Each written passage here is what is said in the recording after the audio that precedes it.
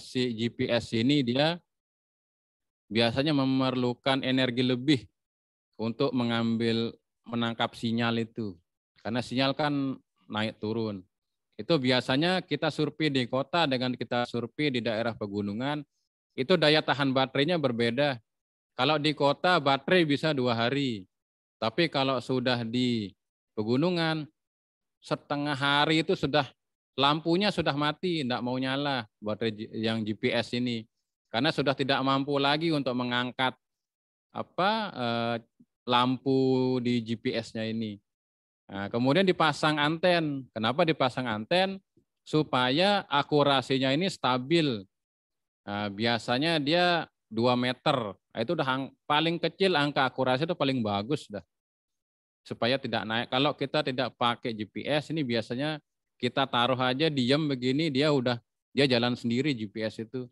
Itu angkanya sudah 5, 10, naik lagi mungkin ke 20.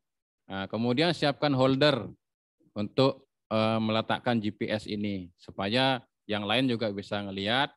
Kemudian ada kamera Blackview yang kecil itu juga bisa menangkap posisinya dengan jelas si angkanya trip meter ini, trip GPS-nya. Nah, ini trip meter. Nah, trip meter ini yang dipakai harus dalam keadaan baik. Ini kadang-kadang ini pengalaman di lapangan ini kadang-kadang kita tidak sadar begitu sampai di STA udah selanjutnya nih kok sama gitu angkanya ini. Ternyata itu ada trouble di kabel. Jadi si kabelnya ini karena guncangan jalan di kendaraan itu dia ada lepas sedikit gitu di coknya di belakang sini yang ini. Nah, ini dia ada di belakangnya ada kayak cok-cokan itu dia lepas sedikit. Begitu dikembalikan lagi dia jalan lagi angkanya. Nah, ini makanya periksalah kabel-kabelnya apakah ada yang putus atau perlu penggantian karena kabelnya di sini riskan. Apalagi yang paling udah masuk di kolong mobil itu kan riskan dengan kena kotoran dan panas biasanya. Kalau kabel enggak bagus, biasanya cepat meleleh tuh. Dia punya kabel. Kadang-kadang mungkin konslet dia. Nah, kemudian pasanglah alat trip meternya di kendaraan survei, kemudian lakukan trial untuk mengetahui apakah alat ini berfungsi atau tidak. Kadang-kadang sudah dipasang, kita pede aja mau kalibrasi. Ternyata enggak jalan ternyata alat ini. Nah, itu perlu ini dulu setelah dipasang, kita coba dulu jalan enggak digitnya ini. Kalau udah jalan, baru kita lakukan kalibrasi. Nah, kemudian simpan dengan baik setelah kegiatan survei dilakukan. Kadang-kadang kan ada yang tidak peduli itu main taruh aja mungkin alatnya di situ tidak ditaruh di tempat yang baik. Mungkin karena taruh sembarangan, mungkin kabelnya digigit tikus. Atau mungkin karena percikan air hujan mungkin di situ. Nah, ini nanti bisa rusak, bisa konslet alatnya. Nah, kemudian ada pita ukur.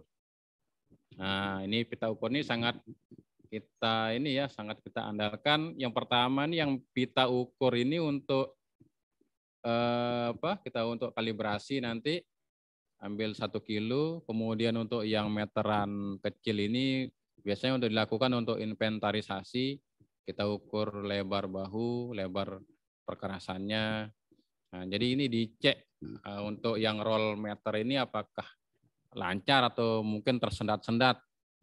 Kemudian untuk yang kecil ini juga sama, apakah lancar atau sudah macet-macet. Itu biasanya kalau kena kotoran itu biasanya udah mulai macet itu. Kemudian dilihat lagi angka-angkanya ini jelas apa tidak. Biasanya kan ada yang sudah pudar tuh. Kalau udah saking lama angkanya pudar. Kemudian nah ini kamera Blackview. Nah, ini yang kita siapkan nih yang tidak rusak ya. Jadi dia masih dalam kondisi yang baik. Kemudian siapkan memori yang cukup. Nah, ini biasanya dia maksimal memorinya itu 128. Jadi dia bisa bertahan kalau kita survei itu dari jam 9 pagi sampai jam 4 atau jam 5. Masih bisa dia. Tapi nanti pas istirahat, itu kita matikan. Jangan kita nyalakan terus. Jadi dia selama kamera ini menyala, maka selama itu dia akan merekam. Jadi setelah kalau kita istirahat, mungkin isoma, makan siang, kita cabut aja, matikan kendaraan, cabut lighternya itu. Jadi dia udah mati. Atau mungkin pas survei ruas terakhir, itu langsung cabut. Begitu sampai akhir ruas, udah cabut aja. Setelah itu udah kita istirahat, nanti setelah kita mulai survei lagi, setelah di awal ruas, baru kita nyalakan supaya menghemat memori juga ya, supaya enggak habis memorinya. Nah, ini kemudian pasang dan setting kamera BlackView pada kendaraan. Nah, ini kita letakkan kamera utama itu di kap depan sebelah kanan. Supaya ya sebisa mungkin kita mendapatkan center line jalan itu. Jadi kiri kanan itu dapat gambarnya. Kalau kita taruh di tengah, kemungkinan yang kebanyakan keambil itu yang lajur kiri aja. Yang lajur kanan nih sama bahunya itu mungkin agak kabur nanti kalau kita mau zoom kameranya. Kalaupun kita mau paksa pakai yang benar-benar HD, itu biasanya makan memori juga lebih cepat ya, karena kualitas gambar tadi. Kemudian, nah ini tablet survei. Siapkan tablet surveinya itu, pastikan baterainya itu dalam keadaan penuh. Jadi sebelum kita survei itu mungkin malamnya sudah dicas. Jadi pagi kita pakai itu sudah penuh. Jangan lupa siapkan juga mungkin inverter ya. Inverter jaga-jaga kalau baterainya nanti mungkin sudah habis gitu. Mungkin ada yang memang boros gitu karena mungkin udah lama. Kemudian pastikan tablet survei ini sudah terisi data tablet tadi. Jangan sampai ada tablet tapi tablet surveinya enggak ada di sini. Atau mungkin salah, mungkin ketukar sama tim satunya gitu. Jadi dicek lagi. Kemudian untuk form kertas ini pastikan jumlahnya mencukupi selama kita melakukan survei. Jadi hari ini kita survei apa, siapkan formnya, hitung nih form itu. Kalau bisa lebih 1-2 lembar lah. Jangan ini ya, takutnya nanti entah mungkin ada yang salah atau ada yang robek atau bagaimana.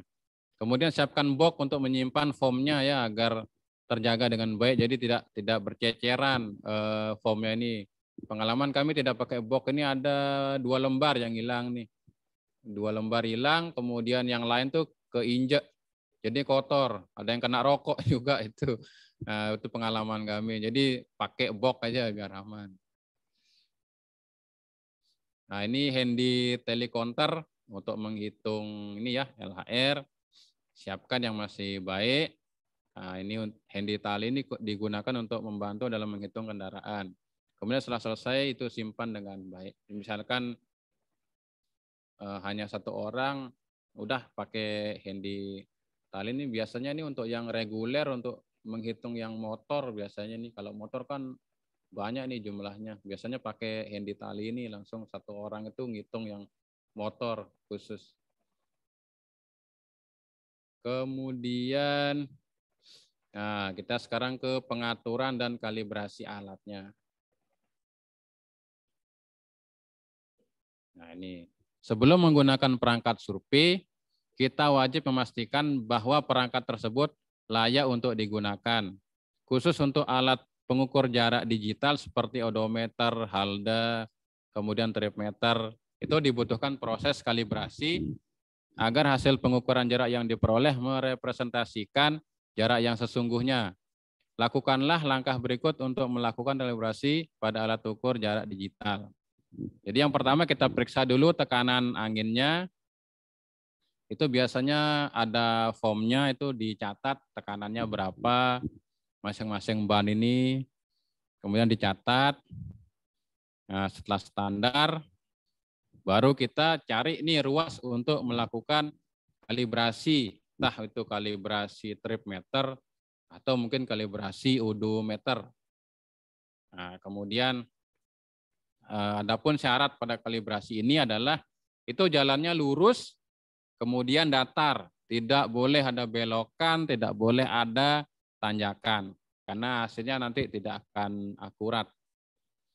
Kemudian tidak ada halangan berupa mungkin kendaraan parkir di situ atau mungkin ada orang taruh material di situ kan biasanya banyak. Jadi itu mengganggu kendaraan yang sedang kita kalibrasi nantinya. Biasanya kan sudah pas kita di jalurnya, tiba-tiba mungkin ada mobil parkir, mungkin ada timbunan material, sehingga mobil itu akan berbelok sedikit. Nah itu udah beda nih jaraknya nanti. Digitnya pasti beda. Yang belok tadi dengan yang lurus. Kemudian beri tanda di ruas yang tempat kita kalibrasi itu. Jadi kita coret 0, kemudian tarik meterannya di 1 kilo, kemudian coret lagi nih STA 1000. Nah, setelah itu arahkan mobil tepat di garisnya. Oke, saya contohkan di video.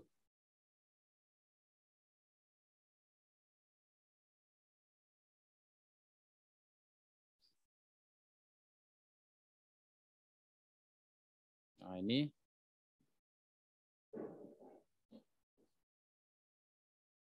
posisikan ronda kendaraan tepat di garis.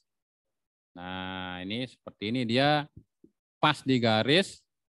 Kemudian setting alat kalibrasinya. Nah, ini ada ini trip meter ya. Jadi ada distannya ini dipencet. Nah, per 1 kilo. Nah, dia men-setting jarak per 1 kilo. Kemudian jalan. Nah, ini digitnya jalan. Jadi sama dengan rafometer. Kalau bagi yang sudah tahu rafometer itu kalibrasinya juga seperti ini. Nah, ini jalan sampai di 1 kilo.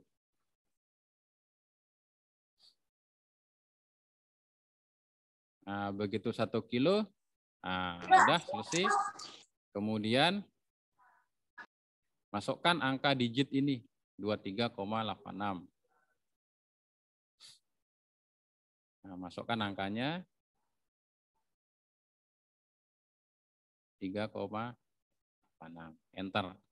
Nah, kalau sudah seperti ini jangan kita percaya. Ini kita tes lagi dari awal. Tes. Nah, kalau udah pas 1 kilo, jalan. Tapi kalau tidak, kita mungkin mau trial and error lagi, bisa.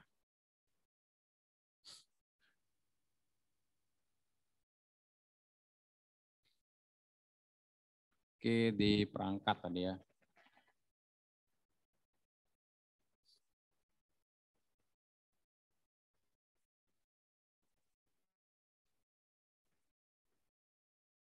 Nah, ini dimasukkan ini kan ini dia jalan tadi nih. Begitu kita sudah ambil digitnya, ini dia jalan. Nanti di sini bisa dimasukkan digitnya. Jadi begitu digit sudah masuk, dia akan kembali ke 0 lagi. Ke 0 lagi. Kemudian ini pada alat odo. Nah, ini odometer mobil. Kalau misalkan tidak punya trip, kita mungkin pakai odo. Nah, seperti odometer kalibrasinya sebagai berikut. Reset tombol yang ada di odometer, dinolkan, kemudian jalankan sampai di 1 kilo. Kemudian catat nih selisih jarak roda dengan garisnya. Nah, kemudian diisi di form ini ada formnya sendiri untuk kalibrasi. Jadi ini lintasan pertama, kedua, ketiga, sampai 10. Ini minimal 5 ya, minimal 5 kali lah. Kita bolak-balik nih. Masukkan nih angka awalnya berapa, ketemu angka akhirnya berapa, selisihnya berapa. Nanti kemudian ini kita jumlah selisih tadi dibagi dengan jumlah lintasan. Misalnya kita 5 kali bolak-balik, ya udah kita bagi 5. Nanti kemudian panjang yang diukur tadi dibagi selisih rata-rata tadi. Maka itu kita akan mendapatkan faktor kalibrasinya. Nah, nanti faktor kalibrasi ini akan dikalikan dengan pembacaan odometer waktu sepi. Kalau mau lebih simpel lagi, misalkan kalau kita survei pakai UDU, itu kalau bisa di setiap 1 kilo itu dinolkan. Dulu ada kejadian ini kasus kontraktor itu dia ngukur lapangan itu pakai mobil. Dia anak buahnya malas jalan kaki ngukur pakai ini karena mungkin waktu itu panjangnya 22 kilo. Dia ukur pakai mobil. Pakai mobil itu jatuhnya dia 24,5 kalau enggak salah. Begitu dia lapor waktu masih paket prim, terus sama si ini suruh cek ke perencanaan. Ternyata di perencanaan panjangnya hanya 22. Jadi dia kelebihan gitu. Kemudian kami yang perencanaan melakukan ukur ulang ke lapangan bersama kontraktor sama konsultan. Waktu itu kami pakai trip meter, pakai GPS. Kami jalan, kemudian dia juga jalan. Dia menggunakan hasil pengukurannya dengan odometer. Begitu sampai di akhir ruas, karena kebetulan long segment, akhir ruas punya kami ini 22, dia tetap 24,5 gitu. Dari hasil trip meter sama GPS ini sama, persis sama.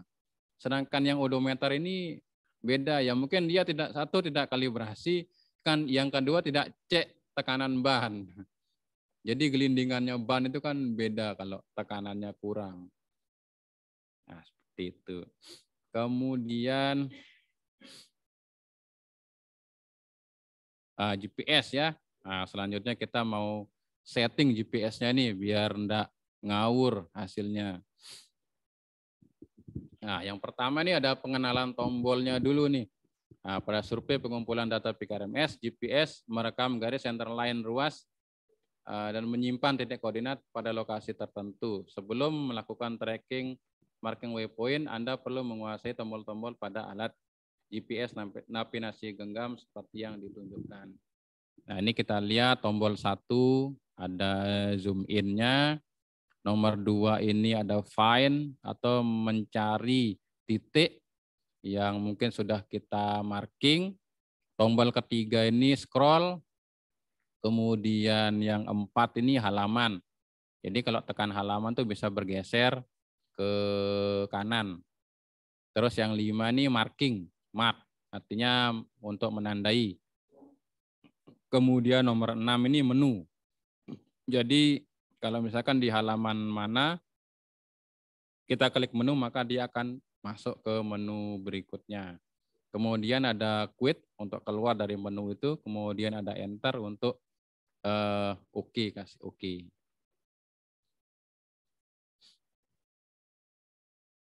Nah, kemudian tahap yang penting setelah penguasaan tombol pada alat ini adalah yaitu mengatur format sistem, unit, posisi, format track. Nah, hal-hal tersebut harus diatur sebelum alat GPS tersebut digunakan karena formatnya di sini harus sama dengan yang ada di PKRMS.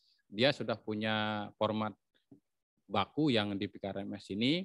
Kalau kita GPS-nya ini tidak sama dengan formatnya tadi yang ada di PKRMS, kemungkinan itu nanti akan menimbulkan pergeseran mungkin di garisnya itu. Jadi tidak sama. Atau mungkin dia bakal ditolak sama PKRMS ini tidak bisa masuk. Kalau masuk pun mungkin dia tidak akan akurat seperti yang lapangannya karena dibaca berbeda sama PKRMS-nya. Nah, ini pengaturan formatnya yang ditunjukkan seperti gambar ini. Nih masuk ke menu, kemudian sistem. Nah, ini kita atur nih untuk satelit sistemnya. Kemudian ada WAS EGNOS-nya. Untuk bahasa nih bebas ya. Kemudian interface-nya bebas. Nah, ini untuk baterainya pakai yang alkalin. Kemudian kita atur unit. Nah, atur unit ini ada unit, kita masuk menu unit, kemudian ini jarak dan kecepatan pakai metrik, elevasinya meter, kemudian kedalaman meter, kemudian suhunya pakai Celsius, tekanannya pakai milibar. Kalau sudah quit, dia udah otomatis tersimpan. Selanjutnya kita mengatur format posisi. Nah, tekan menu, kemudian position format. Nah, ini position formatnya seperti ini, HDDD, derajat mm, derajat ss, titik, triple S, kutip. Kemudian mapnya pakai WGS 84, map spheroid-nya pakai WGS 84. Kalau sudah quit, kemudian, nah ini sekarang pengaturan track-nya, format track. Jadi ke menu, kemudian track, kemudian ada track log, itu di record, kemudian show di map-nya, kemudian jarak perekaman, ini ada 3, ada auto, ada waktu, ada jarak. Kalau bisa pilih jarak, jangan memakai auto atau waktu. Karena nanti hasil digit yang ada di trackingan itu pasti tidak akan rata atau besar kecil gitu gapnya. Kalau dengan menggunakan interval jarak, dia akan semaksimal mungkin titiknya ini akan beraturan, jadi sama panjangnya. Kalaupun ada selisih mungkin tipis, tidak seperti yang pakai waktu atau pakai auto. Nah, kalau sudah intervalnya dibikin 0, kemudian atur auto archives-nya kalau sudah 0, warna bebas, habis itu di quit. Nah, ini perbedaannya kita lihat. Yang garis bawah ini hasil yang sudah diatur, sudah disetting, yang tadi track-nya itu pengaturan track, maka jarak antar titik ini akan sama. Tapi kemudian masuk di tikungan pun dia smooth, nah, tidak patah. Jadi dia rapi. Nah, mendekati trase aslinya. Sedangkan kalau yang tidak di-setting, maka jarak antar titik ini tidak akan beraturan jaraknya. Kemudian yang kedua, dia ada terjadi patahan. Di setiap tikungan itu pasti patah. Ya, seperti ini. Ini hasilnya ini pengaruhnya nanti begitu masuk di PKRMS. Jadi PKRMS itu menganalisa dengan interval 100 meter, nanti hasil dari olah datanya di PKRMS itu akan diinterpretasikan ke dalam garis ini. Nah, kalau jaraknya sudah tidak sama, maka hasil dari warna kondisi itu tidak akan sama dengan yang sudah diatur. Misalkan 100 meter baik, 500 meter mungkin rusak. Nah, kalau dengan yang tidak diatur, mungkin tidak akan pas dengan segmennya itu. Mungkin lebih dia, mungkin akan mengambil segmen yang lain. Nah, seperti itu. Jadi itu perlunya kita atur alatnya GPS ini. Nah, kemudian untuk waypoint, setiap kita di awal ruas, itu kita lakukan marking ya, marking waypoint. Kalau ada jembatan juga kita marking, gorong-gorong kalau bisa. Atau mungkin nanti ada survei struktur sendiri, itu di marking setiap jembatan, gorong-gorong itu bisa di marking. Atau mungkin ada DPT-nya mau didata juga bisa langsung di marking. Jadi kita punya data itu lengkap, data jembatan, gorong-gorong, ada DPT lengkap. Untuk jalan itu juga biasanya lebih banyak dari ini, itu masuknya nanti di DRP, saya jelaskan. Nah, kemudian langkah ini ya, tracking. Nah, ini waktu kita melakukan survei itu,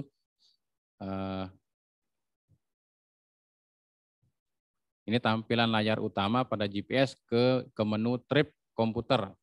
Jadi pada tampilan trip komputer ini terdapat trip odo yang menunjukkan informasi jarak tempuh yang juga merepresentasikan panjang trek yang terekam. Pada menu ini terdapat juga informasi GPS akurasi. Nah, jadi di gambar ini kita bisa setting untuk tampilannya. Yang pertama itu waktu tempuh ya. Waktu tempuh, kemudian ada trip odonya yang menunjukkan STA. Kemudian ini yang paling bawah ini menunjukkan tingkat akurasi GPS-nya. Makin kecil ini makin bagus, tapi ini udah paling kecil ini 1 meter. Kalau yang paling akurat itu GPS geodetik. Nah itu cuman dia hanya mengambil titik saja di awal per titik, tapi tidak bisa untuk merekam. Jadi biasanya kalau kita stasionin proyek itu kan pakai GPS geodetik itu, karena itu kalau kita ngambil sinyal itu bisa 1 jam untuk nunggu sinyal. Cuman memang hasilnya sangat akurat yang itu. Beda dengan yang ini karena kita kan hanya untuk merekam saja. Nah, kemudian ini yang pertama, ini yang kolom total waktu ini kita gunakan waktu kita survei LHR dengan MCU. Jadi begitu di awal ruas itu kan 0 nih, waktunya 0. Nanti setelah sampai di akhir ruas, itu kelihatan nih jarak tempuhnya nih, berapa jam, berapa menit, berapa detik, kelihatan. Nanti itu dicatat, baru di tabletnya itu baru bisa keluar. Kemudian, nah ini langkahnya setiap awal ruas, itu misalkan sebelum awal ruas ini GPS-nya udah nyala. Kemudian sampai di awal ruas, itu kita lakukan namanya reset. Setelah di menu trip komputer tadi, tekan menu, nanti akan keluar reset, kemudian OK, enter, terus pilih ke reset board. Jadi ini membersihkan track dan angka trip meternya tadi. Jadi track yang berjalan waktu GPS itu nyala sampai ke awal ruas itu akan dihapus, kemudian itu akan kosong, kemudian angka trip meternya itu juga akan menjadi 0. Dan ini juga bisa mempengaruhi untuk mengurangi makan memori pada alat GPS. Nah, nanti setelah sampai di akhir ruas itu nanti ada ininya. Jadi itu begitu udah 0, dia pasti 0. Kemudian bisa jalan. Nah, sampai di akhir ruas itu kita keluar. Kita keluar ke menu track manager, kemudian masuk di current track-nya, kemudian kita simpan, kemudian kasih nama atau nomor aja sini, nomor ruas. Kalau pakai nama kayaknya kelamaan nanti. Jadi hanya nomor ruas saja, nggak usah nomor provinsi atau kabupaten. Tapi kalau mau nggak repot begitu nanti sudah impor data GPS dari ini, import tracking dari GPS ini, kalau mau nggak repot langsung dibuat nomor provinsi, nomor kabupaten, kemudian nomor ruas, spasi nama ruas, tapi spasi tulis saja mungkin A atau B atau C gitu, enggak apa-apa. Nah, kemudian disimpan. Nah, disimpan kemudian selesai. Oke, setelah ini kita ke metode survei. Nah, kita ke surveinya.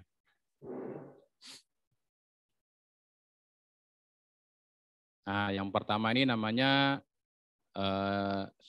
data referensi point atau survei titik referensi. Jadi begitu sudah SK-nya itu sudah keluar, kita sudah buat database. Nah, sebelum kita melakukan survei kondisi, melakukan survei inventory sama lalu lintas, ada baiknya kita lakukan survei DRP dulu. Nah, ini untuk fisik DRP yang paling umum itu ya adalah patok kilo, tapi tidak selalu ya. Bisa juga yang lainnya. Nah, ini ya seperti ada tugu batas kabupaten atau batas kecamatan, bisa persimpangan, bisa jembatan. Ada juga beberapa ruas kan awal ruasnya atau mungkin akhir ruasnya itu di jembatan.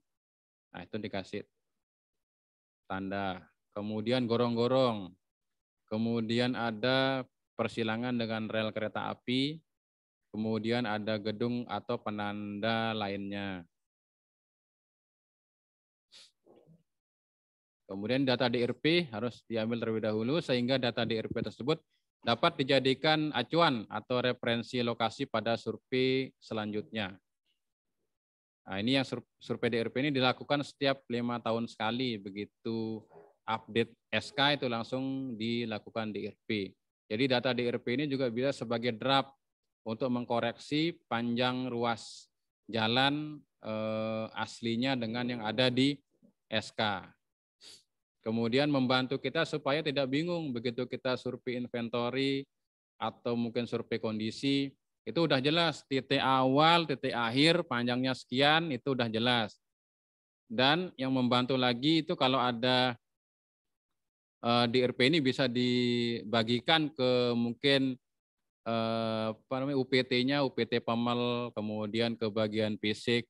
Jadi kita sama referensi titik awal dan akhir ruas itu semuanya sama. Jadi tidak ada yang berkonflik di sana. Jadi efektif kalau kita akan melakukan penanganan. Kemudian ini jika SK sudah terbit, maka sebaiknya dilakukan DRP untuk ruas-ruas terkait untuk memperbarui data DRP. Kalau misalkan ada ruas yang sudah DRP, kemudian SK baru masih sama, panjang sama, namanya masih sama, itu jangan di DRP karena data masih sama. Jadi kita DRP yang memang ruas, mungkin ruas baru atau mungkin ruas yang ada perubahan panjang. Nah, itu kita lakukan DRP. Nah, yang perlu dicatat di sini adalah nomor atau kode DRP-nya. Kemudian bentuk fisiknya itu apa itu persimpangan, apa itu patok kilometer, apa itu tugu batas kabupaten atau jembatan. Nah, kemudian dicatat koordinatnya, itu nanti lihat di GPS-nya itu kemudian dicatat. Kemudian jangan lupa didokumentasikan atau difoto itu sebagai bukti nanti. Kemudian ini jarak antar DRP pertama sama yang berikutnya itu dicatat. Jadi setelah kita mencatat STA, catat juga selisih jaraknya yang ini antar DRP itu. Kemudian direkam ya trasenya itu pakai GPS. Kemudian keterangan khusus pada DRP jika diperlukan, misalkan kantor instansi pemerintah, ada kantor apa di situ, kantor gubernur, kantor lurah atau apa, nanti itu atau fasilitas pendidikan, kesehatan, nah itu nanti ini pengaruhnya nanti di pembobotan di MCE untuk ruas-ruas yang kita survei tadi. Nah, ini simulasinya ya. Jadi mobil ini, kendaraan ini diumpamakan nih jalan negara, jalan nasional, kemudian yang sini nih markanya putih ini jalan provinsi, kemudian mobil ini kita cari dulu patok kilometer terakhir jalan nasional. Misalkan ketemu KM-nya 42. KM 42 dengan jarak ke awal ruas ini 200. Berarti dia kan 42 200. Ketemu lagi di STA 497. Akhirnya dicatat STA-nya. Kemudian selisihnya yang 497 sama di awal itu dicatat. Ketemu lagi ini kesimpang. Dicatat lagi, selisih STA-nya dicatat, selisihnya dicatat, ketemu PAL, nah ini juga dicatat PAL-nya, STA-nya kemudian selisihnya, ini dicatat di keterangan yang PAL-nya ini, kemudian ke STA 1 kilo, ketemu lagi jembatan, nah udah ketemu jembatan ini, catat, nah, begitu juga sampai di akhir ruas, nah dicatat. Nah, ini contoh pengisian kalau di template di IRP itu seperti ini. Jadi ini kode provinsi, kode kabupaten, nomor ruasnya, nama ruas. Nah, ini ada DRP number-nya ini 1 2 3 sampai terakhir sesuai formnya tadi. Nah, ini untuk STA nih dicatat. Kemudian ini ada sama ini nomor DRP nih.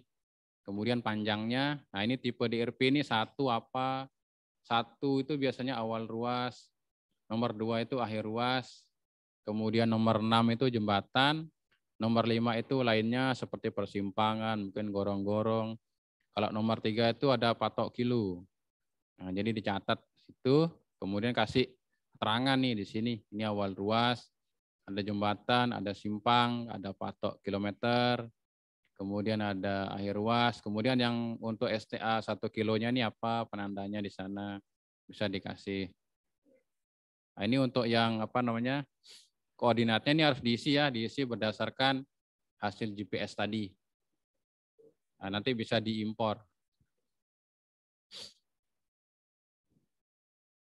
Nah, selanjutnya survei inventarisasi. Kalau sudah kita DRP, dapat titik-titiknya, selanjutnya kita melakukan survei inventarisasi jalan.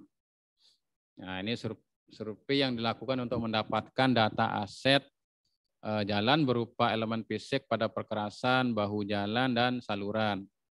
Data inventarisasi dapat melingkupi tipe saluran kiri dan kanan, kemudian tipe dan lebar perkerasannya, apakah aspal atau beton, kemudian bahunya, kiri dan kanan, sama medan jalan. Nah, ini surveinya dilakukan dengan interval 100 atau 200. 200 bisa, cuman lebih baik 100 supaya lebih detail karena pengaruhnya nanti di sini begitu kita mau melakukan di budgetingnya itu nanti.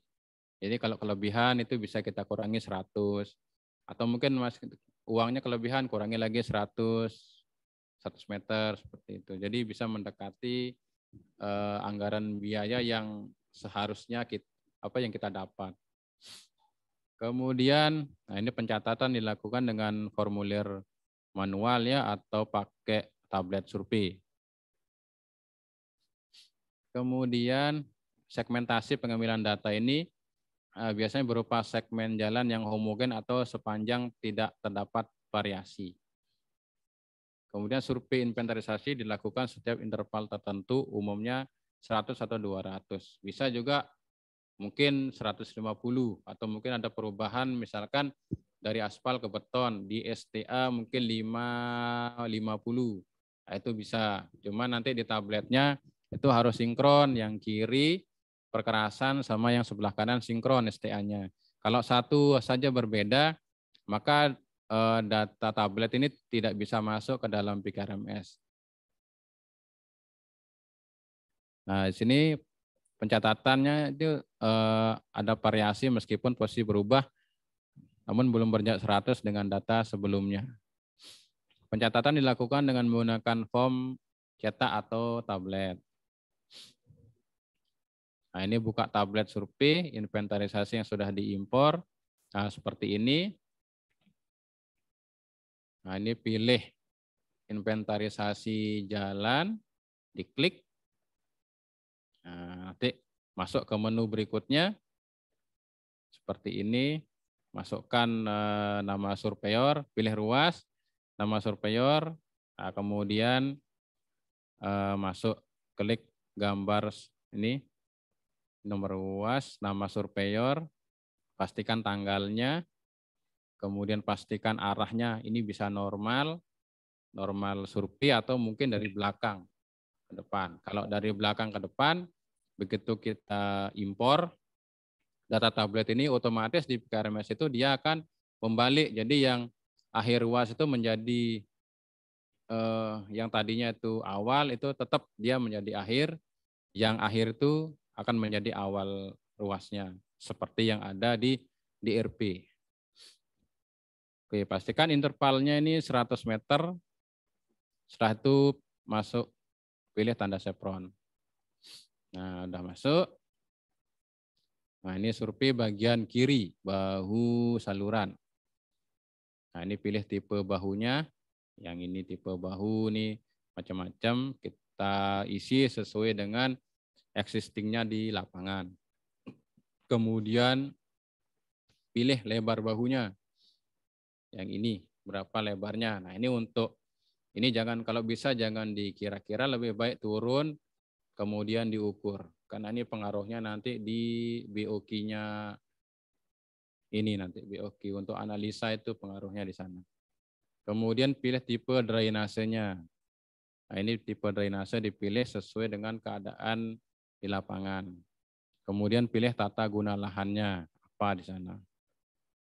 Kemudian kalau sudah pilih tanda plus yang ini di plus untuk lanjut ke STA berikutnya. Nah, ini tanda sama dengan di sini artinya data yang situasinya yang di STA sekarang ini sama dengan STA yang ada di depan. Biasanya data inventarisasi kan hanya berubah di lebar, mungkin lebar bahu atau mungkin tipe salurannya mungkin ada yang tadinya ada di depan mungkin tidak ada, atau mungkin berubah yang tadinya saluran pasangan terbuka kemudian di depan itu tertutup. Nah, itu bisa dirubah. Kalau sudah, nah ini kalau misalkan panjang lapangan itu tidak lebih dari panjang SK, ini kita bisa klik data masukan, nanti kita bisa isi berapa panjang di lapangan, kemudian matikan data masukannya, nanti langsung bisa ditutup.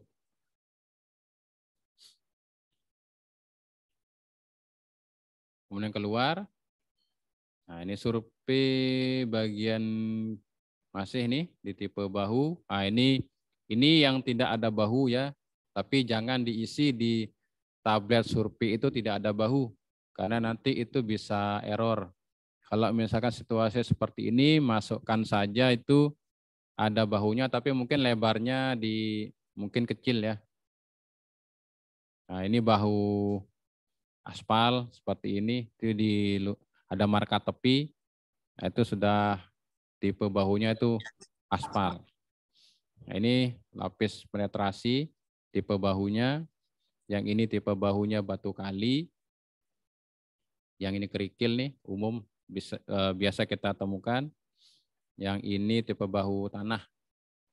Kemudian ini beton, tipe bahunya. Nah, yang ini blok beton nih. Nah, setelah ini ada tipe saluran. Nah, yang ini tidak ada. Tidak ada, memang kondisi existingnya itu tidak ada saluran. Kemudian yang ini ada lereng, ini tidak diperlukan saluran. Karena air sudah otomatis akan terbuang ke lereng ini. Ini saluran tanah. Artinya dia tidak ada pasangan batunya. Nah, ini untuk saluran pasangan batu yang terbuka. Nah, yang ini untuk pasangan batu tertutup. Biasanya nih ada di pemukiman padat penduduk atau di perkotaan biasanya. Tapi bisa untuk lebih memastikannya mungkin personil survei bisa turun untuk mengecek kembali untuk tipe salurannya itu. Karena pengaruhnya nanti begitu kita mau melakukan penanganan. Kemudian tipe tata guna lahannya nih, yang ini tidak ada nih. Tidak ada, artinya mungkin tidak ada hutan atau kebun, jadi hanya tanah kosong. Ini desa, ini wilayah pertanian atau agrikultur, ini kota, biasanya ini di perkotaan lah gitu. Nah, ini hutan. Kemudian survei ini di perkerasan. Nah, ini survei perkerasan, ini tablet surveinya yang untuk perkerasan. Pilih tipe perkerasannya. Nah, yang ini tipe perkerasannya apa? Kemudian pilih lebarnya berapa? Kemudian lebar rumijanya berapa? Nah, rumijanya berapa? Kalau bisa diukur nih. Pakai meteran pita itu diukur untuk supaya data kita lebih akurat. Kemudian pilih tipe medan jalannya. Nah, ini pilih tipenya. Ini pengaruhnya nanti di analisa untuk penanganannya itu. Karena beda harga kan. Yang datar dengan yang pegunungan. Kemudian, nah ini pilih tanda plusnya ini untuk ke STA selanjutnya. Apabila data kondisi pada STA sebelumnya sama dengan data STA setelahnya, maka tanda sama dengan ini bisa dinyalakan. Apabila Oke, kalau sudah. Nah, ini kalau survei tidak dapat dilanjutkan, mungkin itu jembatannya putus atau mungkin misalkan dalam satu ruas itu ada aspal, ada jalan tanah. Kemudian yang dia tanah ini kita tidak bisa lewat. Nah itu kita stop sampai situ. Ini kita klik nih, kita centang tidak dapat dilalui. Nah, nanti dia datanya ini akan kosong dia di sana. Jadi dia menandai dalam data kita ini dia menandai kalau jalan ini tidak bisa dilalui atau existingnya masih berupa jalan tanah. Belum. Oke, keluar dengan tanda chevron. Nah, ini contoh untuk pencatatan data segmentasi. Nah, ini misalkan 0 sampai di 230. Nah, ini beton. Bahu kirinya beton. Kemudian ada ini drainasenya pasangan, tata guna lahannya kota. Kemudian perkerasannya ini aspal. Kemudian ini ada lebar perkerasan, kemudian lebar rumija, kemudian tipe medan jalannya, kemudian yang tidak dapat dilalui tidak tercentang ya.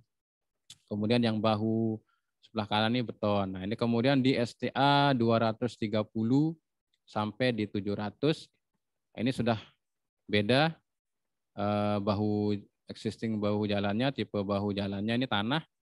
Kemudian tata guna lahannya berbeda juga.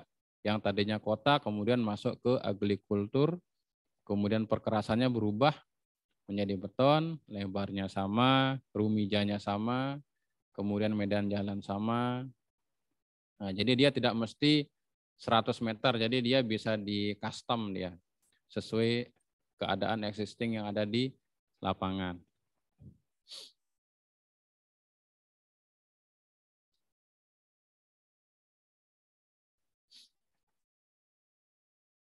Nah, ini contoh badan jalan, aspal, yang ini beton, kemudian yang ini kerikil, yang ini lapisan penetrasi, ini blok beton, yang ini batu kali, kemudian ini tanah. Nah, ini kemudian survei bagian perkerasan yang tipe medan jalan. Nah, ini datar, kemudian dia punya kemiringan 3%, kurang dari 3%. Kemudian ada bukit, itu kisaran 3 sampai 25%. Ini ada gunung, itu lebih dari 25%. Kemudian tipe jalan yang tidak dapat dilalui. Nah, ini jembatannya runtuh. Ini sungainya tanpa jembatan. Kemudian ada, ini jalan tanah ya. Ini kalau hujan biasanya ini isinya lumpur. Nah, lumpur tidak bisa kecuali kendaraan 4x4 mungkin atau motor yang bisa lewat. Nah, ini bisa dikasih centang tadi di jalan yang tidak dapat dilalui.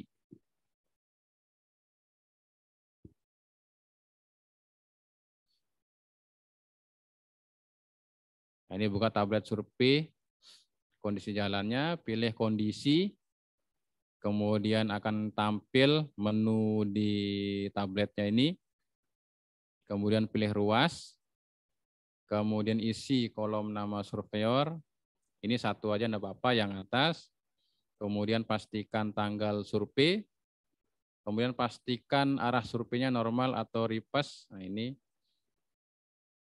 100 atau 200, baru kita masuk ke kondisi. Nah, ini untuk survei bagian kiri dan kanan. Nah, seperti ini tabletnya. Nah, untuk lereng, jika baik maka dikosongkan. Kalau tidak ada maka ditulis tidak ada. Seperti ini. Kemudian pilih bahu. Pilih kondisinya. Kemudian kondisi bahunya juga. Kalau yang di yang atas ini, dia posisinya apakah dia di bawah perkerasan, apakah dia sama dengan perkerasan, atau dia lebih tinggi dari perkerasan. Nah, sini kita mau menginformasikan kalau bahu di bawah itu artinya dia lebih dari 10 cm.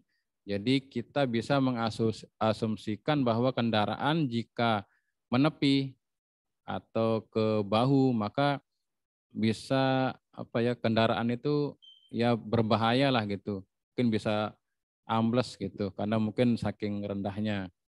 Nah, itu kalau di ini ya. Jadi kalau masih di bawahnya itu mungkin 5 cm itu kurang dari 10 cm maka bisa diisi dengan sama dengan perkerasan. Jadi dia nanti penanganannya itu di rutin. Mungkin ada hanya rumput-rumput gitu kan rutin. Nah, kalau dia di bawah itu artinya ada timbunan nanti penanganannya itu larinya ke rutin kondisi. Sama dengan kalau posisinya di atas itu pasti akan ada pengeprasan untuk bahunya. Mungkin ada endapan tanah di sana, tapi kalau masih rumput dibikin sama aja, sama dengan perkerasannya. Kemudian drainase kondisinya. Nah, ini di drainase ini untuk yang tersumbat itu klasifikasinya tuh kalau ada tanah atau mungkin kotoran yang sifatnya galian. Tapi kalau masih pembersihan sampah biasa itu diisi aja bersih atau tidak tersumbat. Karena pengaruhnya nanti itu di BOQ juga di analisa itu. Untuk trotoar, nah ini diisi kalau memang trotoarnya berbahaya atau mungkin tidak ada. Kemudian rambu, nah ini rambu ini jumlahnya. Jadi rambu ini yang perlu penggantian atau udah rusak jumlahnya. Kemudian guide post atau patok pengarah ini juga yang sudah rusak. Jadi rusaknya 2, diisi 2. Jangan jumlahnya yang ada di lapangan itu diisi. Jadi hanya yang rusak saja diisi. Kemudian pagar pengaman atau guardrail ini panjangnya. Yang rusak itu berapa meter itu ditulis di sini berapa meter. Untuk marka itu yang mungkin markanya sudah mulai hilang. Nah, itu dikasih tanda di sini. Kemudian tipe kondisi lereng.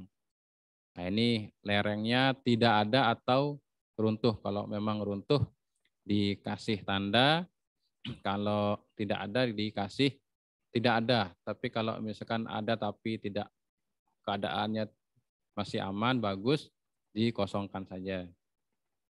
Nah, ini kosong artinya kondisinya baik. Oke ya. Nah, ini tipe kondisi bahu ini seperti yang saya jelaskan tadi tidak ada. Ini jangan diisi tidak ada ya. Kemudian di atas perkerasan yang saya sampaikan tadi itu di atas 10 cm. Kemudian ini sama tinggi. Kemudian di bawah ini artinya dia lebih dari 10 cm. Kemudian diperlukan bahu beton, itu tempat-tempat tertentu, tanjakan, turunan, tikungan. Kemudian yang ada di pemukiman padat penduduk, mungkin ada perkampungan di situ padat penduduk, itu biasanya kita rekomendasikan untuk dirabat bahunya. Nah, ini untuk kondisi tidak ada, itu jangan di ini ya. Nah, ini baik rata, kita biasanya kasih baik kalau memang tidak ada erosi. Nah, ini ada erosi ringan dan erosi berat. Nah, ini tidak ada bahu, sama seperti tadi. Ini sama tinggi dia. Sama tinggi, ya ini diperlukan bahu beton, dia tanjakan posisinya. Kemudian ini dia posisinya di atas, karena kita asumsikan bahwa air di badan jalan ini tidak bisa keluar ke saluran. Jadi terhambat dia. Ini dia posisinya bahu itu di atas perkerasan.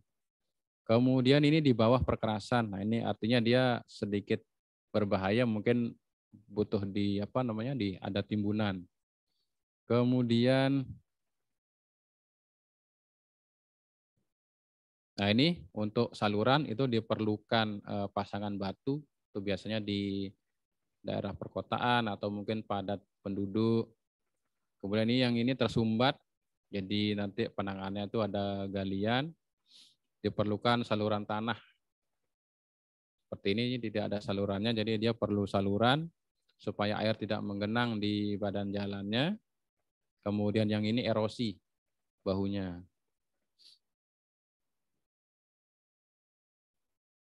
Nah, ini trotoar berbahaya seperti ini. Jadi ini kita asumsikan kalau pedestrian itu atau pejalan kakinya ini tidak akan melewati trotoar ini. Dia akan turun ke badan jalan yang mana kira-kira itu berbahaya untuk pejalan kakinya sendiri. Jadi ini kita kasih berbahaya supaya mendapatkan penanganan. Nah ini patok pengarahnya ini rusak, perlu penggantian. Ini rambunya ini sudah tidak kelihatan. Nah, ini kondisi guardrailnya ini udah copot, udah rusak. Ini markanya tidak ada. Nah, ini perlu diberi marka, jadi kasih tanda ya di markanya.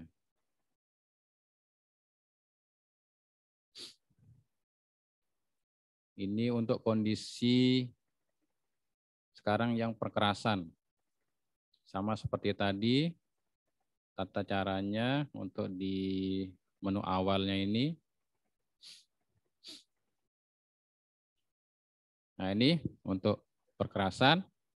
Ini ada 9 kerusakan ya. Yang pertama susunannya apakah baik atau rapat atau kasar.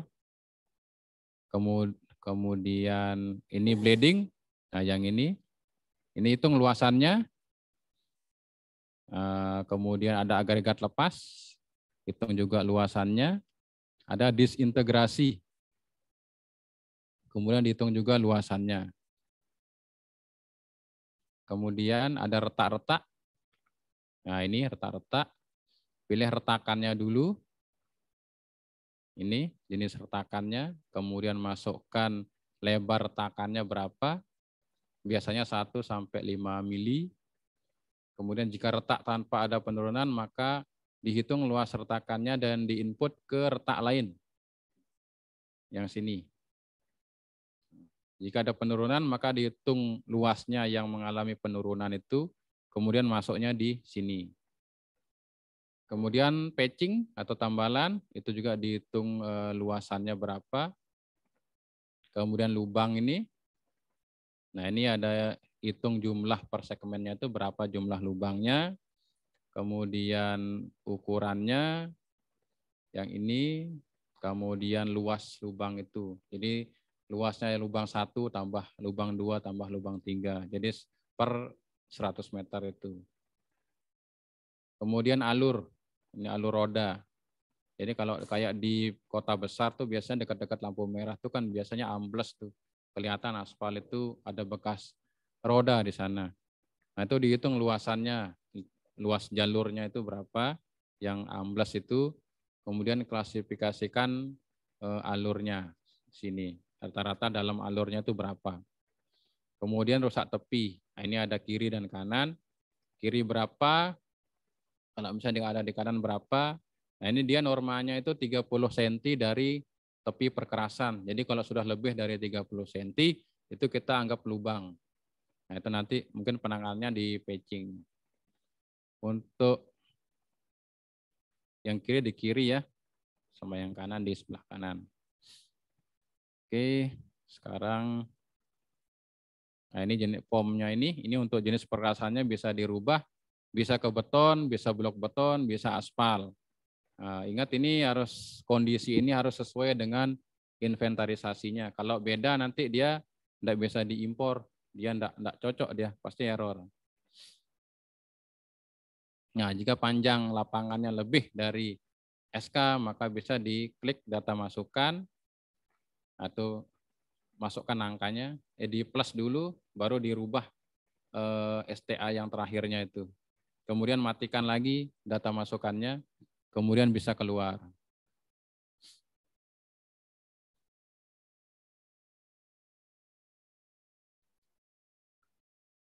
Nah ini jenis kerusakannya yang di aspal. Sementara kita foto nanti di lapangan kita bisa lihat realnya. Ini bleeding, kemudian ini rappling nih. Nah, ini ada rappling seperti lubang tapi dia masih ada ini ya, ada aspal lagi di bawahnya. Kalau ini masuknya rappling, kalau sudah ketemu LPA-nya itu udah masuknya lubang. Kemudian ini disintegrasi, ini udah hilang, lapis atasnya ini udah hilang, perkerasannya udah tinggal LPA-nya aja nih sebagian besar. Ini retak turun, ini retak lain pemanjang, biasanya tidak ada penurunan. Ini retak lain juga,